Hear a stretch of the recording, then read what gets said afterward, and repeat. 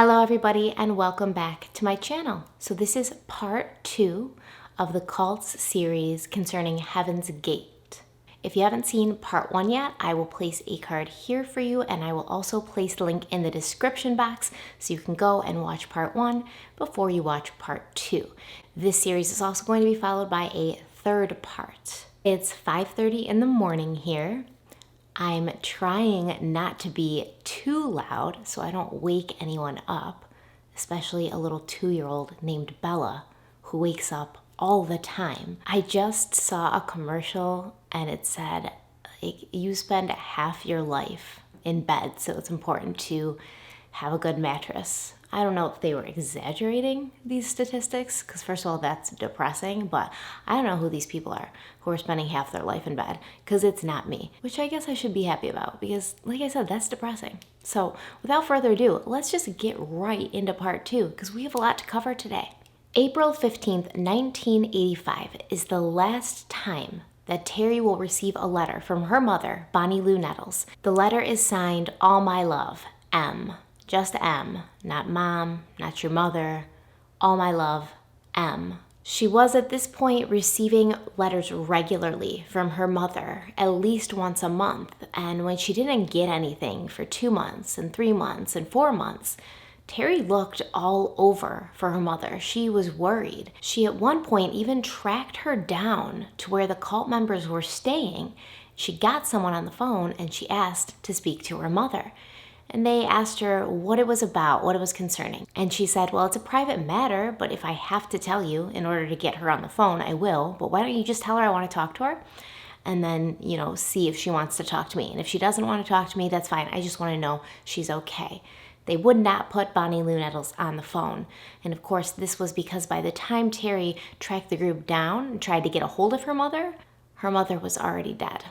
A year later, Terry was attending college in Dallas, Texas, and she was in her dorm room when she got a call from downstairs, and it was 2 of the members of the Heaven's Gate group, Dan Sodi and Liv Odie. They asked if they could come up and talk to Terry, and she didn't really want to talk to them, but since it had been so long since she'd heard from Bonnie Lou, she was hoping they'd have some news on her and they could clear some things up for her, so she allowed them to come up. They came up into her room and they started making random conversation with her. They were talking about her Yoda poster on the wall, and they would say, your mother really loved Yoda. She thought he was wise. And, just random conversation that she didn't really have any interest in. She was just waiting for some news on her mother. So Terry says at this point she was just half listening to what these people were saying, and then she heard them say something about her mother's eye, and she lasered in and she started listening. Once she was hearing what they were saying, she looked at them and she said, are you telling me that my mother is dead? And they looked back at her and they said yes. But they didn't answer any of her questions, and she was so stunned at that point, finding out that her mother was gone in such a way, such an impersonal way by people she really didn't know. She didn't have the questions to ask at that point, but Dan Sodi and Liv Odie said they would stay in town for a few days, they would help her through the process, they would leave her alone to grieve for a little bit, and then they would come back the next day and they'd be able to answer any questions that she had. But Dan Sodi and Liv Odie did not stay in town. They left the next day, and they left Terry a letter with $200 in it, and in the letter it basically said, we had some other tasks to attend to, so we could not stay here any longer. But we hope this money helps you. Take your vitamins, eat healthy. We really believe that a lot of what's going on with your health issues stems from your poor choice of diet. And if you eat healthy and live the right way, you'll be healed, basically. They ended it with, love your friends, Dan and Liv. And Terry says, they weren't my friends. I didn't even know them. And they couldn't even stay in town long enough to give me any more news than the fact that my mother was dead. No explanation why, no explanation when it happened, no explanation why she wasn't notified before now. But she would get some answers, because one day a cassette tape from Marshall Applewhite arrived at her dorm room. In this cassette tape, Marshall gives a message to her about why he didn't let her know about her mother's death previously. The tape's 27 minutes long, and in it he says he's sending it to help Terry with her pain and grief. But it's very clear to see, listening to his voice on the tape, listening to the message that he has to say, that he is the one who is entrenched with pain and grief. And maybe he's recording this tape to help some of his pain and grief and to alleviate the guilt that he probably felt from having Bonnie Lou die and not telling Terry until now. He seemed aimless now. He didn't have the answers. He didn't know how to lead himself, much less a group that he had started with his senior partner who always had all the answers and always had the direction. And now he was left with no answers and no direction. Apparently, Bonnie Lou Nettles had had a kink in her back that was causing her some pain, so she'd gone to a chiropractor to get an adjustment, and when that didn't work, she went to the doctor. They did some tests and discovered she had a malignant tumor on her liver so large it was pushing her diaphragm out of place. Years before discovering this tumor on her liver, Bonnie Lou had lost her eye to cancer, which Terry had never been aware of. Nobody had ever told her that, not even her own mother. According to Marshall, by the time the tumor on her liver was discovered, it was too far gone to do anything about it, so they began hospice care, and she died just a few days later. So this is how Marshall explains the reason he didn't contact Terry, to let her know that her mother was dying so that Terry could come and be with her mother and say goodbye. I'm a bit embarrassed and awkward about how to explain the fact that I didn't contact you when T left her vehicle or died, or however you want to look at it. I was torn with trying to comply with her wishes and my concern about how I knew that her leaving would affect you, that I guess in honesty I was so awkward that I might have been chicken and not just taken it into my hands and talking to you. She made us promise not to get in touch with you. Terry was not very accepting of this explanation. She feels that she should have been notified when her mother was sick so that she could have gone to be with her. So she could have told her she loved her, held her hand, and been with her when she died. And she still feels to this day that Marshall Applewhite robbed her of that opportunity. Marshall ends the tape-recorded message with this: "Let me also say that I think that T left when she did and rejoined her creator when she did because it was right. Because it was my time to assume the responsibility, even though I didn't welcome it, because it's been very difficult for me to handle the class without a check partner. And she was more experienced. I think that even in the kingdom of heaven, she was older and wiser. I looked upon her and leaned on her so heavily. And now I have to look upon her in a different way and assume responsibility that is certainly more difficult for me. But I hope that I can rise to the occasion for whatever time there is left for this task. It's a bit ironic that when we try to live in a way that is as pure as anybody we know to live, we get pounced upon by people who think it's abnormal for people to live without sex and to not be making babies and to live as we live, even though families are proud to have their children in monasteries and living in the same way. I know I sound sad in this tape and what we are talking about, but I don't remain that way. I'm happy to take the task, even though I miss her terribly, as you do. And I feel that it is right for me to assume this responsibility now. And I'm sorry that things had to unravel in a way that made it so awkward for you. But I know that you can turn that into a positive, just as I am turning my situation into a positive. And I intend to go through it. And I send all my love, Terry, to you, to Joey, the twins. I'll be thinking of you and wish you my best, and you'll hear from me once in a while. Okay, bye-bye. Now you can clearly tell in his voice during this video recording that he's experiencing some deep and troubling emotions for him. I mean, a person who is above human emotion, doesn't feel things like love or sorrow or grief. Some pretty hard and evident emotions in his voice. It's cracking, it's breaking. He sounds like he's trying to struggle through parts of this message. And if you actually want to hear a lot of these full recordings, I highly suggest to you the podcast called Heaven's Gate. It was made by a man named Glenn Washington, and he actually had cult experience himself in his life. So it's a very, very good podcast. It has a lot of great perspective from the point of view of somebody who actually had a cult experience. As far as material for Heaven's Gate, if you want to research further, that podcast, The Heaven's Gate by Glenn Washington, and the book by Ben Zeller that I told you guys about in part 1, it was called Heaven's Gate, America's UFO Religion. Those two research resources were my go-tos because they just had the most information, and I also felt like they had the best kind of open-minded perspective when it comes to this kind of group, because sometimes it's hard to call Heaven's Gate a cult, and we're gonna find out why going forward.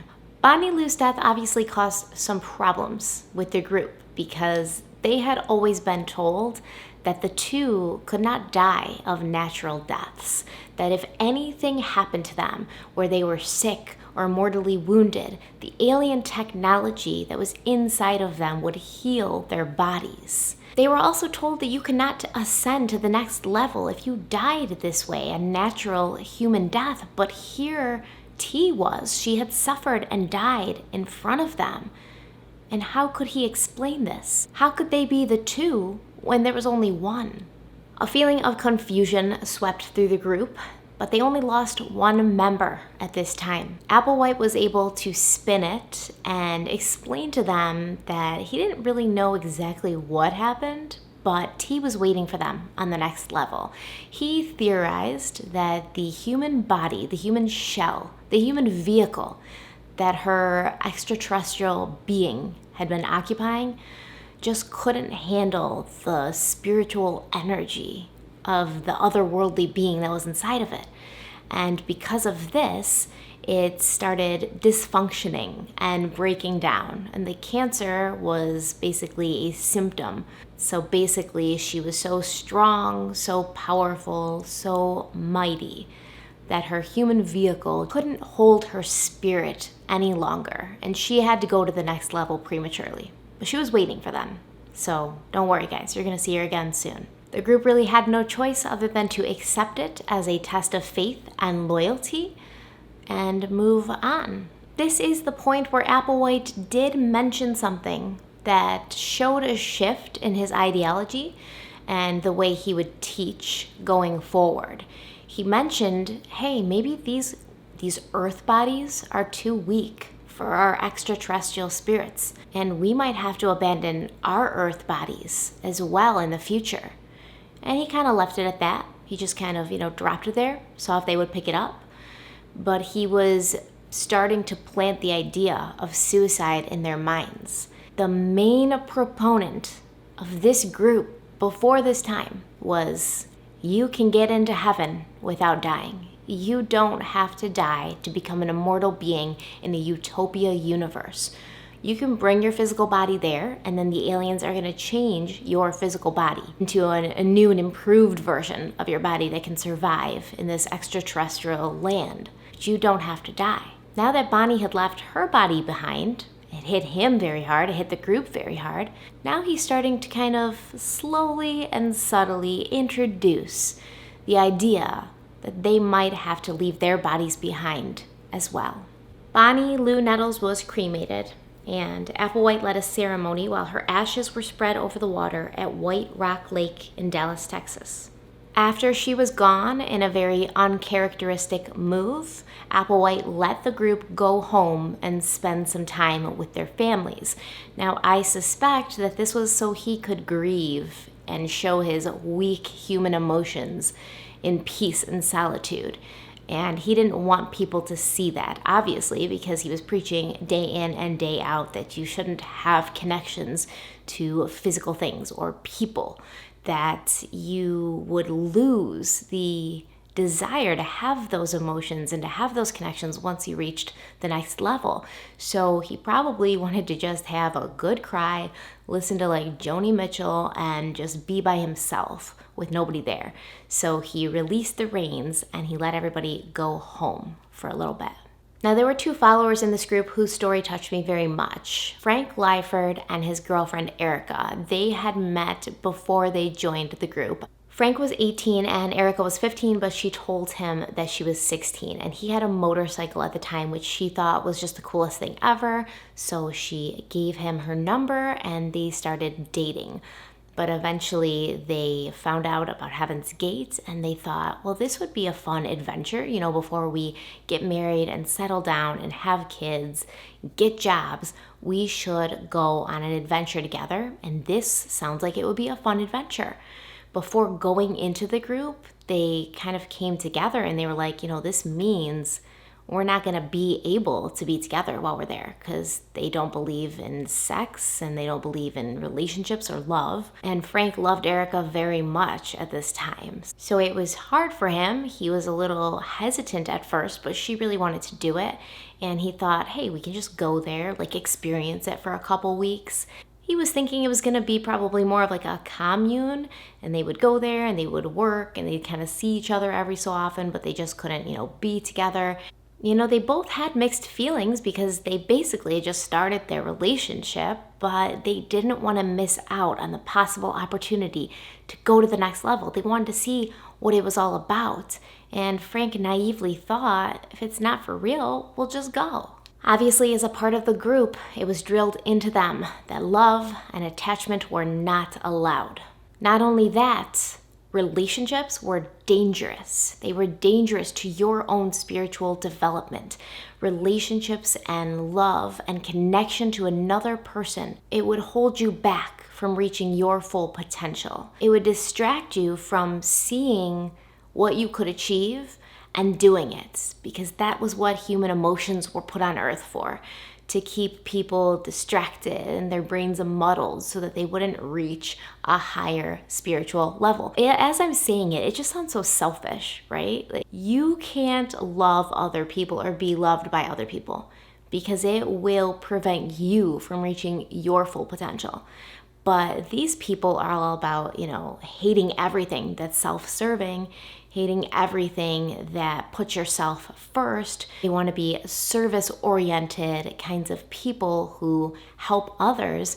But really what it looks like is you're just severing your connection to the people who have known you all your life and loved you and watched you grow up and have been there for you so that you can achieve what you want to achieve, which is this highest spiritual level. So, I mean, it seems a little contradictory to me, but you let me know what you think in the comments. So the human connections, human emotions, love, it's dangerous to your own evolution. Emotions like this, they don't exist on the next level, which is honestly the dumbest shit I've ever heard, because who wants to go there then? It doesn't sound like a fun place to be. Why do I want to be on the next level if I can't love or be loved? Or if, even worse, I don't even want to love or be loved.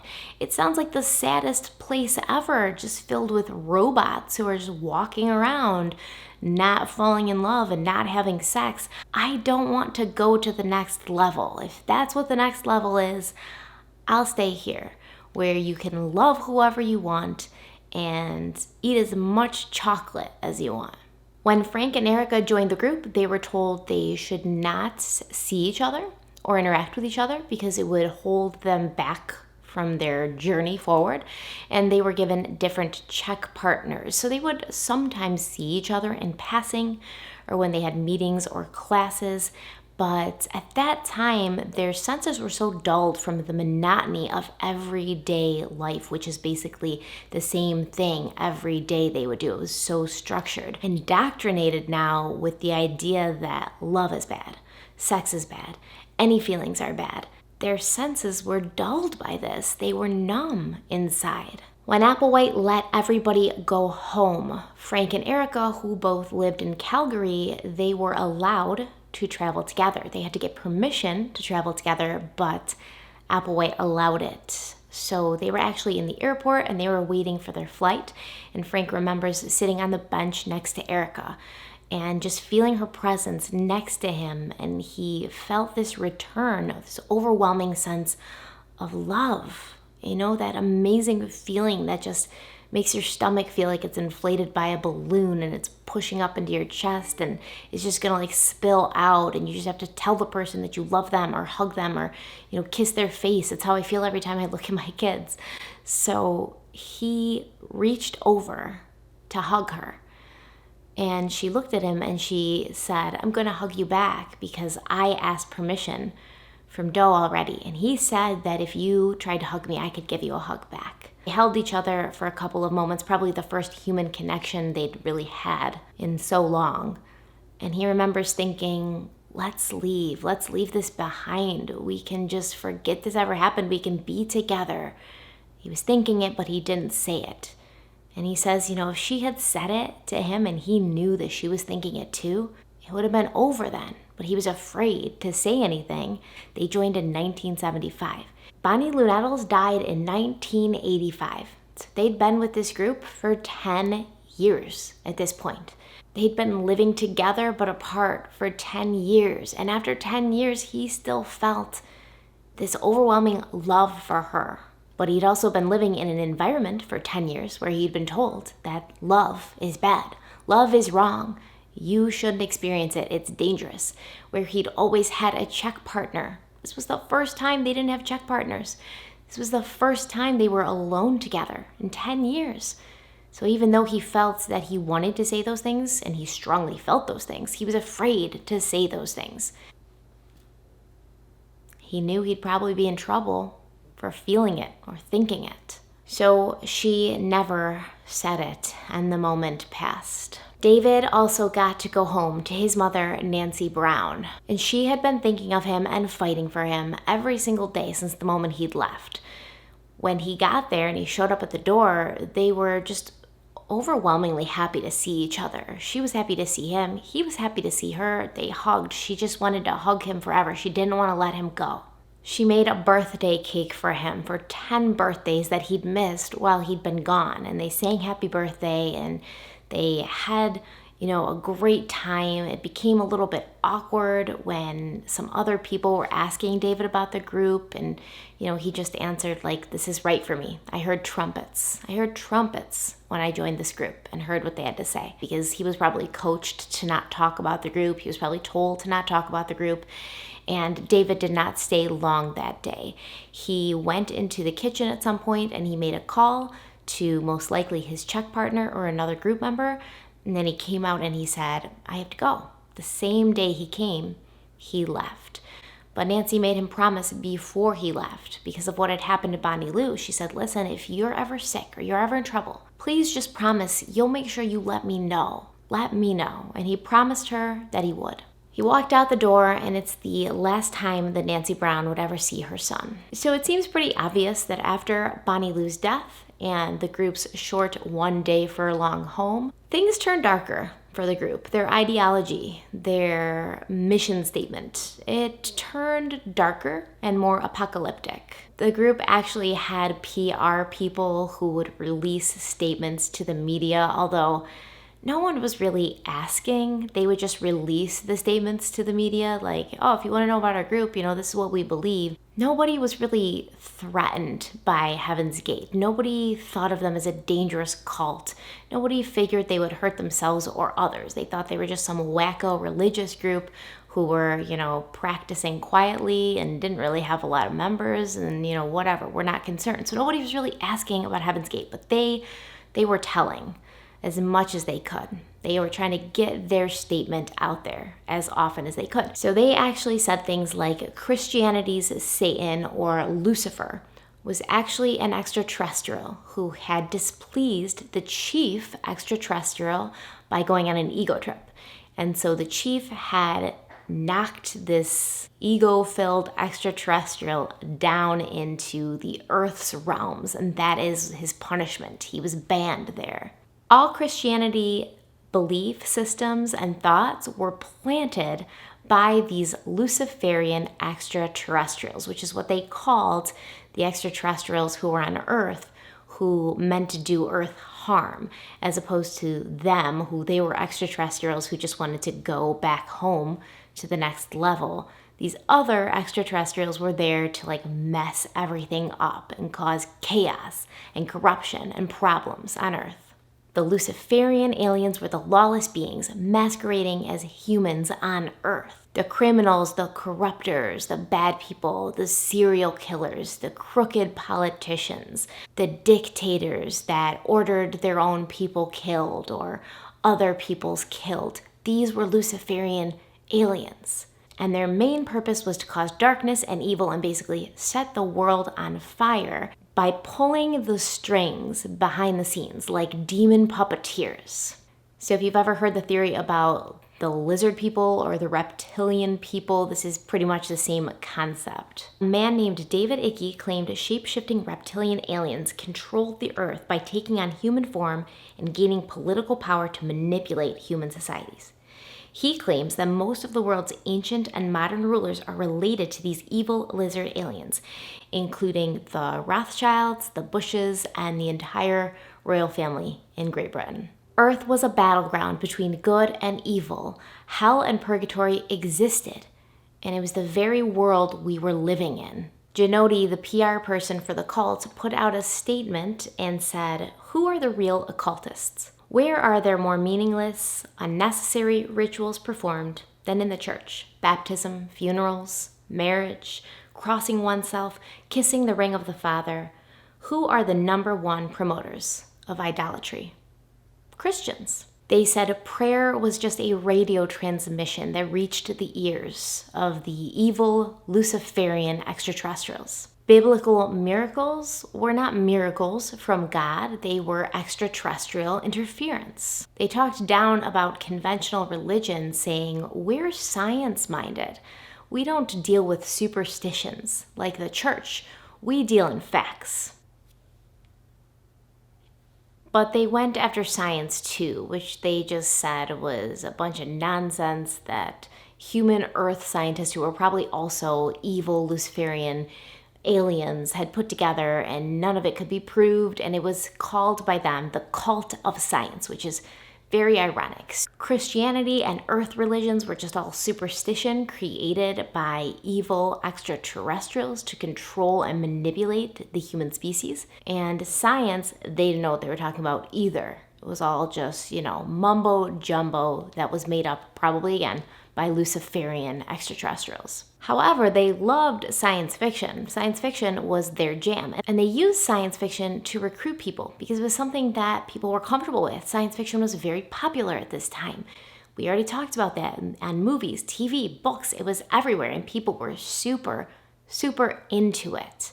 They were huge fans of Star Trek, and they would watch the show on their downtime together. They would use terminology from Star Trek, naming areas in the house after areas in a spaceship.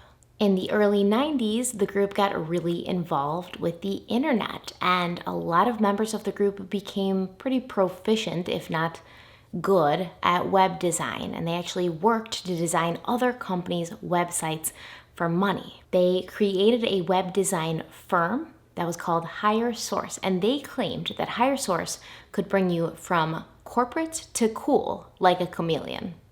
And they created their own website, which is actually still running today and is kept alive by two previous members, allegedly, who were left behind to keep the message and the website going. You can actually email this website and they'll respond to you, and it looks just like it did in the 90s. It's so strange to see, but if you're interested, I will link the website. You should check it out. Heaven's Gate also had a corporation they called TELA, which is an acronym for the evolutionary level above human, so TELAH. And this corporation was basically enacted to protect their intellectual property and the website and things like that after they passed on to the next level.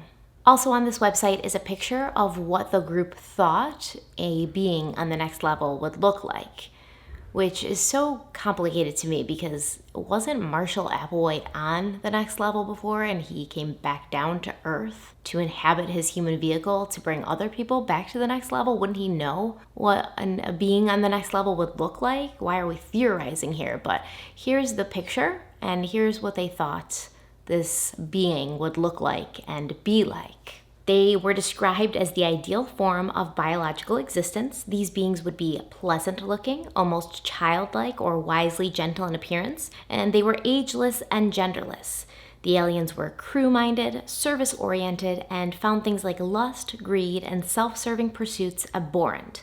They didn't need to eat, and they certainly wouldn't eat for enjoyment. They nourished themselves by absorbing sunlight. After Nettles died, Applewhite began changing things. He was Captain Kirk now, and this was his ship, and he could run it any way he wanted to.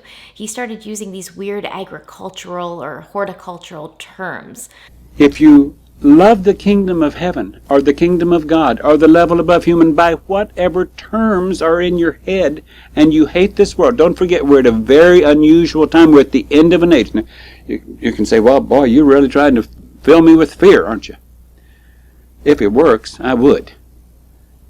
I would do anything that I could do to wake you up if you have that potential to know that kingdom, to be saved from this spading under, from this recycling.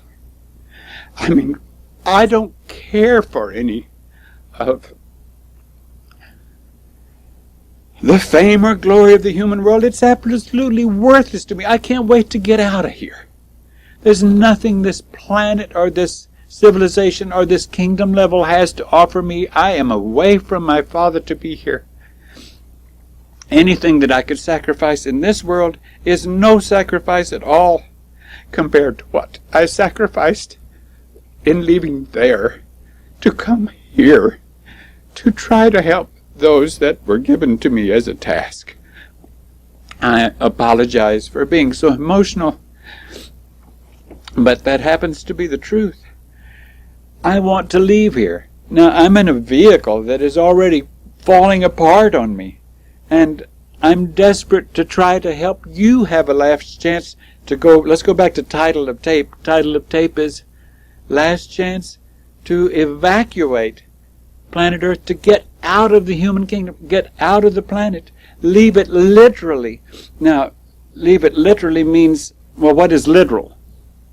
That would require that you start identifying with the mind that can connect with this information and not identify with the body. He claimed that disease, war, plague, and evil Luciferian aliens had destroyed the Garden of Earth, and it was now time for it to be spaded over. In 1993, something happened in Waco, Texas that would intrigue and interest Marshall Applewhite and start causing him to think a little bit differently about the future. A crazy person named David Koresh had been leading a cult in Mount Carmel, which was just outside of Waco, Texas.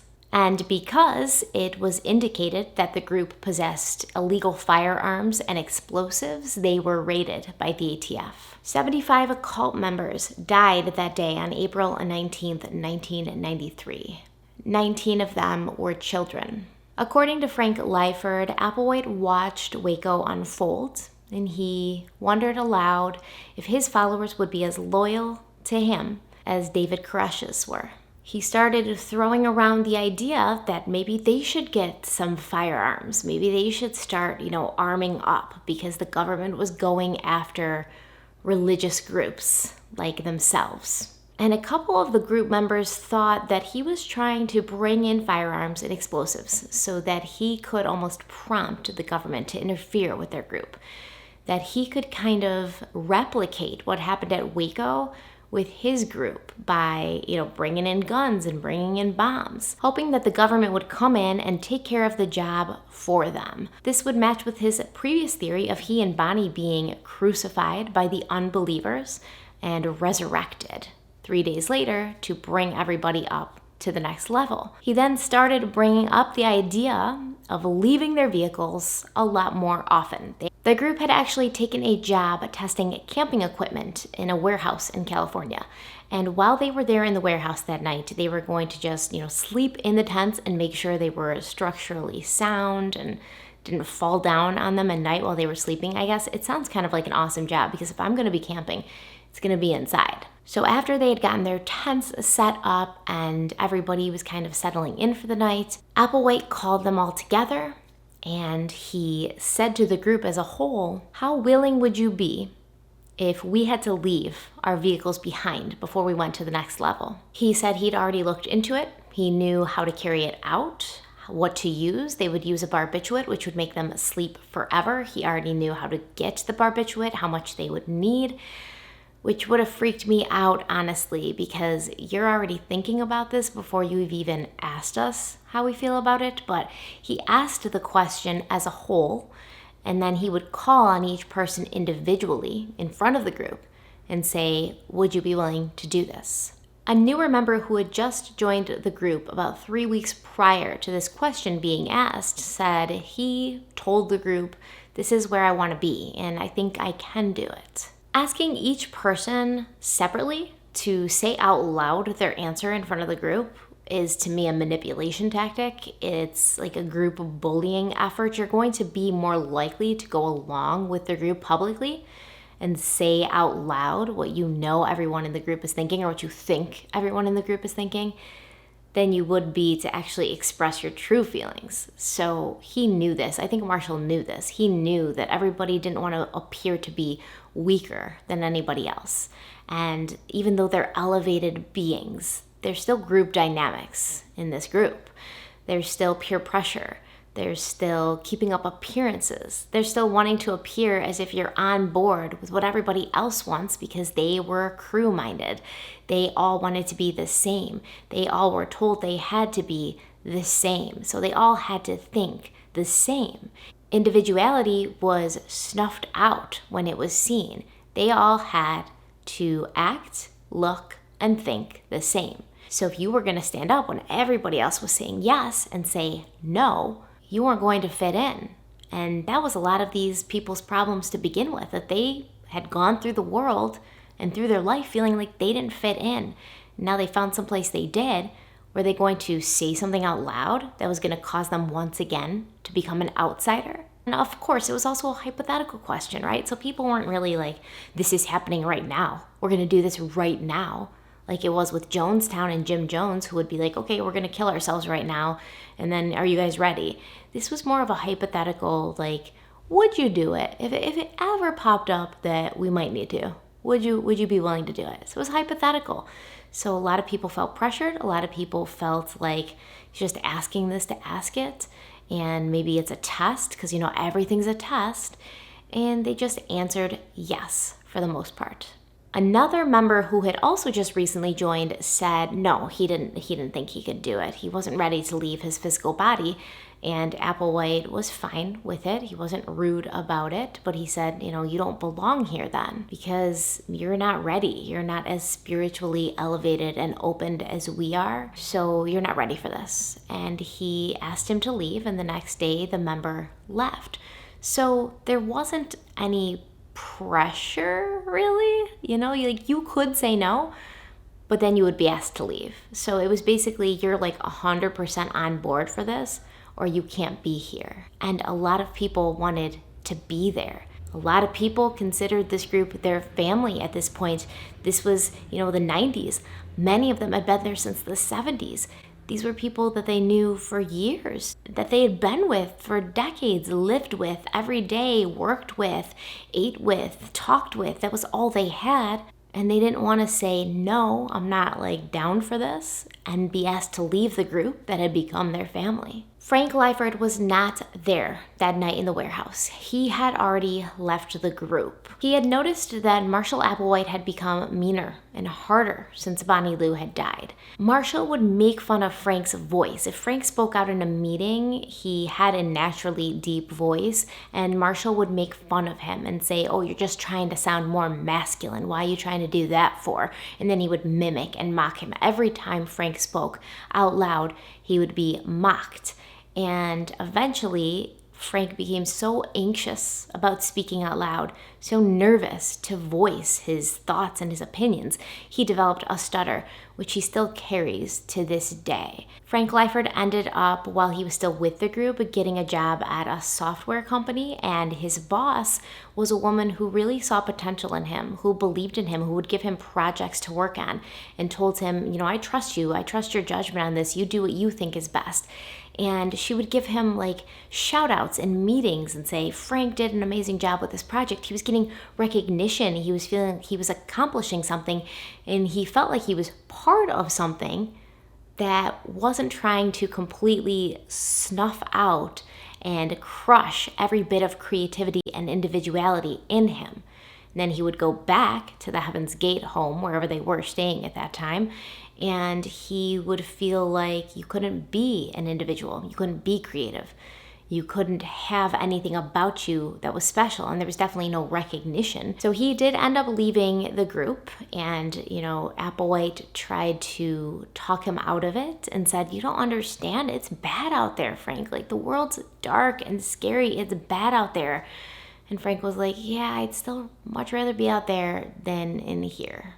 Frank packed his bag while he was watched by other members to make sure he didn't take anything, because like, what's he gonna take? You all gave all your stuff away.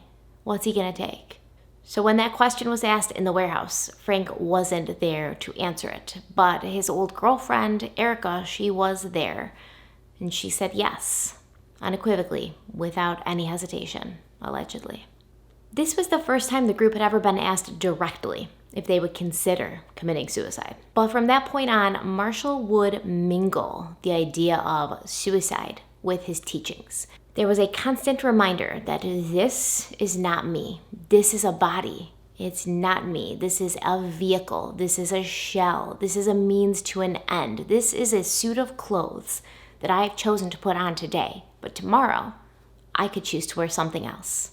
He wanted them to feel completely separate from their physical bodies, because the more separate they felt from their physical bodies, the more they saw themselves as an actual spiritual entity or a soul inside of a shell, the easier it would be for them to part with their physical bodies, to understand that the physical body would remain behind, but the soul would travel on. He also wanted them to see their physical bodies in the same way that he had wanted them to see relationships and love and human emotion, as something holding them back from reaching the next level. It's as difficult to drop religious trappings as it is to drop attachments that the plant that you were wearing had. Those attachments to offspring or to spouse or to parents of those plants.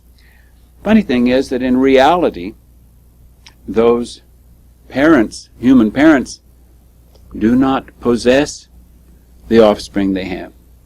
It's a very evil thing for them to think that they are theirs, that they are products of theirs, property of theirs, rather than wanting for that spirit, that mind that is in that body that they supplied for that mind or spirit, instead of wanting it to become what it wants to become. The humans are programmed by the alien forces, or the space aliens, or the negative creatures. They're programmed to have you believe that children owe their parents possess their children. That is not true. It is cruel to even think that way. The more next level way of thinking is to want that individual to have their life. And not to be selfish and say, well, I brought you into this world, I want to cling to you, you owe me because that doesn't hold up. I mean, they didn't ask you to bring them in. That's one thing they could say. Is there some document that says that that child owes its parent, or its... Now, the parent is responsible for the child because the parent made the choice of creating, reproducing, or replicating another plant.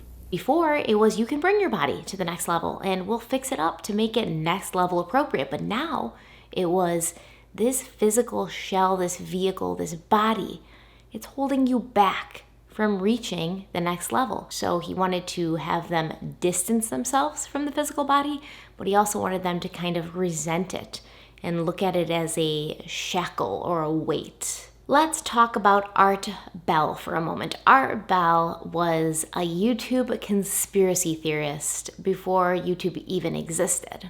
He was always interested in radio, and when he was 13, he became a licensed amateur radio operator. He ran a pirate radio station from Amarillo Air Base while he served as a medic in the Vietnam War, and he would play anti-war songs like CCR's Fortunate Son, which were not being played on stations that focused on catering to servicemen. In 1978, he had a politically based talk show called West Coast AM that was based out of Nevada. But in 1988, he renamed it Coast to Coast AM, and he moved its broadcast from the Plaza Hotel in Las Vegas to his own home. At this point, he moved away from the more conventional political talk, and he started focusing on gun control and conspiracies, which actually gave his ratings quite a bump. After the Oklahoma City bombing in 1995, he subtly shifted gears again and began talking about more counterculture things like UFOs and the occults, the paranormal. The discovery of a comet circling the Earth was made by two observers on July 23, 1995. Thomas Hale and Hale-Bopp both saw the comet on the same day, basically at the same time. So the comet was named the Hale-Bopp comet. This comet was special because it was visible to the naked eye for a total of 18 months, which is a really long time for a comet to be seen from Earth with the naked eye. 18 months. The last comet that was seen from Earth with the naked eye for an extended period of time was the Great Comet of 1811, and Hale-Bopp was visible for twice as long. Art Bell followed the path of the comet pretty closely, and he predicted that it would be closest to the Earth sometime around March or April of 1997. In November of 1996, an amateur astronomist named Chuck Schrammick, he actually took a picture of the comet, and he called in to Art Bell's show and said that he discovered an object following the path of the comet right behind Hale-Bopp. In his own words, the object following the comet was massive, 4 times the size of planet Earth. And the next day, a political science professor at Emory University named Courtney Brown called in to Art Bell's show as well to give his insight on the comet. Courtney Brown was also the director of the Farsight Institute in Georgia, and he called in to claim that 3 of his remote servers had verified what Schrammick's photograph showed. He also sent Art a picture that was allegedly taken by a top 10 university astronomer, and the picture showed what Courtney Brown began to call the Hale-Bopp companion. He sent this photo to Art Bell on one condition, that he would not publish it on his website until Courtney Brown gave the go-ahead, the green light. It is worth noting that although Courtney Brown was a tenured professor, he also wrote books about Atlantis and Bigfoot. Just a heads up. Now, actual astronomers would analyze Chuck Schrammick's photo, and they would determine that the object that he saw behind the comet was just a misidentified star. Now, Chuck swore up and down that he didn't believe it was a cover-up, but that is what actual astronomers said. Now, Bell got tired of waiting for Brown to give him the go-ahead to post the picture, so he went ahead and posted it anyways, I guess because he'd been telling his listeners that it existed and they were asking for it, so he was like, I'm just going to post this. And that's when he was contacted by 2 college professors from Hawaii who said the picture that Bell had posted saying it was Courtney Brown's picture, they said that was their picture, and it was doctored and photoshopped to make it look like there was something behind the comet. So the picture that Courtney Brown had sent Art Bell was a fake. But before they figured this all out, Courtney Brown was a guest on Art Bell's show. Bell opened the show by saying there's something really big out there, and it's not a camera flare. Whatever it is, it's real, and it's big. Obviously, there's something to this. This object is 4 times, approximately 4 times, the size of the planet Earth, and it's headed our way. And that's basically it. But I have a... Now, I don't know how your commercial break is, but I'll start right now. Well, all right, go ahead. Okay. Wherever there are beings, they organize themselves, and we now know that in the galaxy out there, there is something called a Galactic Federation, a council. Yes. And this remote viewer went on to describe this. I'm going into the middle of the session. There's a lot of preparatory stuff that I'm just simply going to omit because of time. Fine. And this person perceived that this Galactic Council or some higher order was watching, very interested, like they were watching a hologram unfold. It's like watching an election return or something. They are all seated around a table in subspace. I'm looking at a 4D or something like that. They're very serious about this event, which may be happening, going in a direction which is not that this event may go in a direction which is not evolutionary, but only time will tell, and time is of the essence, and many things are happening. He perceived immediately that there was a vortex, something spinning, and then he perceived that there were people on the ground here that were looking up, and there was some structure. And the idea of astronomers and others looking up into the sky, looking at some structure up there. And there was also something going on in subspace. There was an attempt to communicate. This is fundamental. There was a message being sent to someone who is listening but not hearing. It is essential that that this person or persons wake up and listen now. Help will be there when he does. So somebody here is being sent a message. Us, the interpretation of this is us, collectively us? The interpretation of this session so far is that the message is being sent to us. We're listening but not understanding. Professor, is this message coming from this object? Yes, and it's also being coordinated by this larger galactic council. Now, there is a large object out there. It apparently is both, it has tunnels in it. It is both technological, artificial, and natural in the sense that it has rock as well as metal in it. It's humongous. It's absolutely large, and it is apparently moving in artificial means. It's not moving like a normal celestial body means. It's under control. It's a vehicle. It's moving, and it's 4 times the size of the planet Earth. This is a big ET thing. One thing you must say about the ET is that when they decide to put on a show, oh boy, they know theater. They know theater. This is better than anything on Broadway. Yeah, it works for me. This is better than ID4. I tell you, and but the good news is that we're not being invaded. But that'll come to us later. Corny Brown also says he knows. He knows, not he suspects or he theorizes. He says he knows there's like this galactic federation or council out there in the universe that's watching everything. They're sitting, he literally says this, he says they're sitting around like a conference table and they're watching everything unfold on like a screen, a 4D screen, he said. Time is of the essence. They're coming. This galactic federation or council is sending a message to someone who's listening but not hearing it. Said on a positive note, we're not being invaded. They're just trying to reach out and tell us something. But the government thinks we're being invaded. They know about this. That's why you don't see the companion in any of like the pictures from NASA. They're covering it up because they know about it, but they don't know what to do about it yet, so they haven't told the general public. The President of the United States is trying to figure out if this is a hostile attack or friendly intergalactic visitors. And until he figures that out and what he's going to do about it, he's going to keep it a secret from us. Now, throughout history, the appearance of comets has always been seen as an indicator of great things. And of course, the members of Heaven's Gate were avid Art Bell listeners, and as soon as they heard this broadcast, they thought they knew. They knew who the message was for. It was for them. This was their spacecraft. This was their time. They ran and told Marshal Applewhite everything they'd heard in the broadcast. He thought about it, he listened to them, and then he agreed. We need to move. This is happening. We don't have a lot of time, and we have to make sure that we're ready to get on the spacecraft when it comes into Earth's orbit. On March 22nd, 1997, the group rented a huge 7-bedroom Spanish-style mansion in Rancho Santa Fe. It had a tennis court, a swimming pool, an elevator. It had private citrus groves, a putting green. They paid the rent that was $7,000 a month in cash. That's not shady at all, right? Did nobody think that was shady? Like the person who rented the mansion to them, were they not like, why do these like 40 people want to live in this mansion and pay cash for it? Probably not. They probably didn't even ask questions. Nancy Brown, David's mother, she's a video of the group celebrating Christmas, their last Christmas that they would celebrate. And they were in that home. And I guess David had been on the road for a couple of weeks. He'd been gone for some reason and he was just coming home. And everybody was kind of in the kitchen cooking and making food and joking with each other, having fun, just like a family would. And he walked in because he was coming back from being gone, and everybody was so happy to see him. They all rushed to him. There was hugs all around. People were crying because they were happy that he was back. And it just shows you, like, they considered themselves to be a family.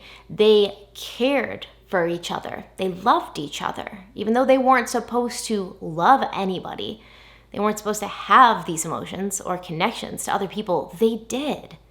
Because you know what? They are human. They're not extraterrestrial beings. They're human, and they can't stop their human emotions. Nancy said she was happy at least knowing that her son was surrounded in the end by people who cared for him, were happy to see him, missed him when he was gone. Heaven's Gate may have been a cult, but it wasn't a cold cult or a scary cult, really. It was a place that was filled with warmth and love and companionship, acceptance, and it gave these people a place where they felt they belonged when they maybe didn't feel like they'd belonged anywhere else before in their lives. And it does strike me as very odd, even though their main objective is to distance themselves from human connection.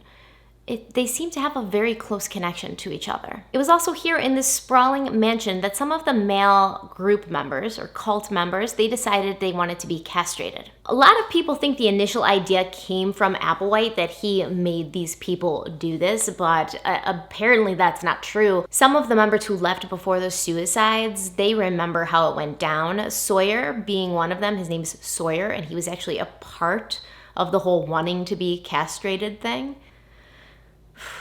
So they'd been asking him for years, right? Can we just do this? Like, we don't need reproductive organs. It's just like causing issues. It's distracting us. It's clouding our minds. Let us do it. And Applewhite would be like, no, I haven't gotten a sign from the next level to say it's the right thing. Like, no, I don't want to do that right now. And they would keep asking him. And one day, after they'd asked him, he went to the kitchen and picked up the phone and called the home craft. I did not know you could call the next level from, a kitchen phone, but I guess you can. And he said that they had given him the thumbs up. You can do this. Sounds great. I actually tried to do it in the house, and one of the members, Livodi, I guess she had been a nurse in her past life, and she looked up the procedure and figured out what kind of tools you would need and how it was done, and she was going to perform it. There was Sawyer, there was Applewhite, and there was another member, and they were all on board. They were going to do it that day. Before the procedures began, Applewhite said, does anybody have any reservations? And Sawyer said, well, my vehicle's not looking forward to it, but I'm overriding my vehicle. They flipped a coin to decide who would go first, and it was the other group member, not Sawyer, who was going to go first. So he gets on the table, she starts cutting. Sawyer's there for the whole thing. He recounts it very vividly and very disturbingly, but essentially something went wrong, and there was some swelling and some weirdness happening, and Applewhite freaked out. He started crying. He said, I've done a horrible thing. Take me to the police. So how do you think the other 3 people in the room with him at this point felt? Like, this is a man you've been following for many years. The man who's getting his answers directly from the higher level that you've been trying to get to for years. And now he's saying he messed up, he made a mistake, to turn him in, like put the cuffs on. Well, if you're a loyal follower, you comfort him, tell him it's going to be okay, that you're going to take care of everything, because that's what happened. They get a motel room by the hospital, but first they call a priest because they thought the priest would have some experience in these things. Why? I don't know. Of course he didn't. The priest was probably like, you need to call the hospital and get him some medical help because this isn't a problem that God can help you with. So finally, they drive this poor guy to the hospital. He's probably like passed out from pain by now. They drive him to the hospital, and 2 of the group members stay in the car in case anything crazy happens because they were concerned about the legality of what they've done. They probably should have been. And Sawyer brings the guy into the hospital, and they take care of him and, get him fixed up, and he ends up being okay. He actually ends up like thinking it was one of the best things that ever happened to him. He was elated about it afterwards. But then they get back and they tell Applewhite, like, everything's fine, don't worry. Sawyer never ended up going through with the castration. I'm sure that you probably couldn't after witnessing a botched castration. And, he left the cult eventually, and he now has a child that he loves very much. But he says he doesn't feel like he dodged a bullet. He doesn't feel like he made a mistake by wanting that initially. Eventually, 8 men, including Applewhite, would choose to get castrated, and they would go to Mexico, I guess, to have the procedure done properly as it can be done in some place that does procedures like that. And apparently, Applewhite's recovery was long and painful. But it's important to know they weren't doing this for the next level. They weren't doing this in preparation for the next level. They were doing this to make their time on Earth easier. You didn't need that kind of stuff in the next level. You were going to get an alien body that was sexless and genderless. So you didn't need that. They were doing it to make their time on Earth easier, to make resisting their natural human impulses easier. In January of 2007, the group ordered 50 arm badges that said Earth Exit Monasteries. In February, 1 month before the suicides, they withdrew $5,440 from their bank account and they took a trip to Las Vegas.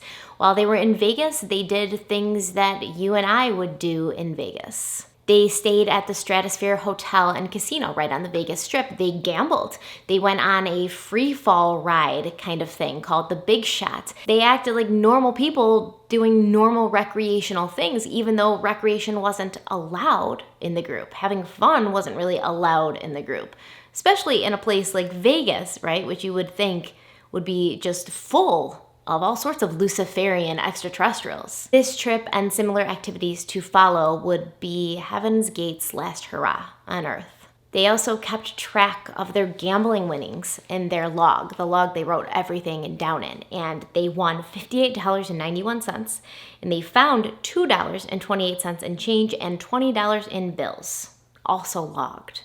They're like meticulous with money, and it's just funny because I have to say one thing because I was thinking about this when I was writing my notes. They're so meticulous with money, yet they rented this mansion that was $7,000 a month, this mansion with like a swimming pool and citrus groves. They probably could have gotten an equally large place to like fit them all that wasn't $7,000 a month, that didn't have like all those amenities. If they were so strict with money, why did they rent this huge mansion that cost so much monthly and they probably didn't need? It's just some more of those inconsistencies that you see with Marshall Applewhite through his life. Some more of the hypocritical thinking where you say one thing but then you do another. While in Vegas, they also visited a Buddhist monastery and had a pretty in-depth conversation with a monk about his robes. Like they just kept asking questions about his robes, what it was made out of, did it have pockets? Very strange robe questions. On February 20th, they purchased yards and yards of purple and black fabric that they would fashion their new uniforms out of. They would only be wearing these uniforms once, the day they departed from Earth, but they kind of assumed it would become a media frenzy and that hundreds of thousands of people all over the world, maybe millions of people, were going to be seeing them in pictures or on video, so they wanted to look their best. On March 1st, they purchased 39 pairs of Nike Decade Edition sneakers. They were black with the white Nike symbol on them, and these were to be worn only once as well with their uniforms the day they departed Earth. Apparently, Marshall Applewhite chose this style because he liked how they looked, and he got a good deal on them when buying them in bulk. But weeks after the suicides, Nike would announce that they were discontinuing this style of sneaker. They made a statement to Adweek saying the deaths were a tragedy, but they had nothing to do with Nike. These shoes have actually turned into quite the collector's item, going for up to $7,000 on eBay. In March, they changed the inscription on their armbands to Away Team, one last nod towards their favorite television program, Star Trek. An away team on Star Trek was a group of space travelers who would be sent away from the ship to explore different planets and different beings before being called back to the ship later. And that's exactly how they saw themselves. They also took several field trips at this time. They went to the Wild Animal Park in San Diego. They went to SeaWorld. They went to the Gold Coast to visit a river that Nettles and Applewhite had camped by in the early days of their partnership. And then they went to the seaside to feed the sea lions. And they recorded all of these trips, like family videos. And you can see in the videos the way they talk to each other, how calm and patient and gentle they are with each other, the true amount of care and respect that they have for their fellow group members. You can also see how much the people of Heaven's Gate truly enjoyed the world they were planning to leave behind. Maybe even a little sign that they would miss it. In the middle of March 1997, Nancy Brown, David's mother, received 3 phone calls. So one each night, 3 nights in a row, she got a phone call at the same time every night. But she was always sitting in her chair with her cat on her lap and all cuddled up in a blanket. So by the time she got to the phone, the person had hung up and she never figured out who it was.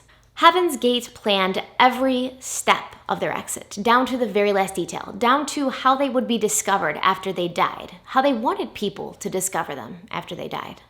They figured out exactly when the comet would be closest to Earth. And on March 19th, they all gathered in the yard of their mansion and they made their exit videos. Not everybody chose to talk. Not everybody chose to leave a message behind for loved ones or for the world.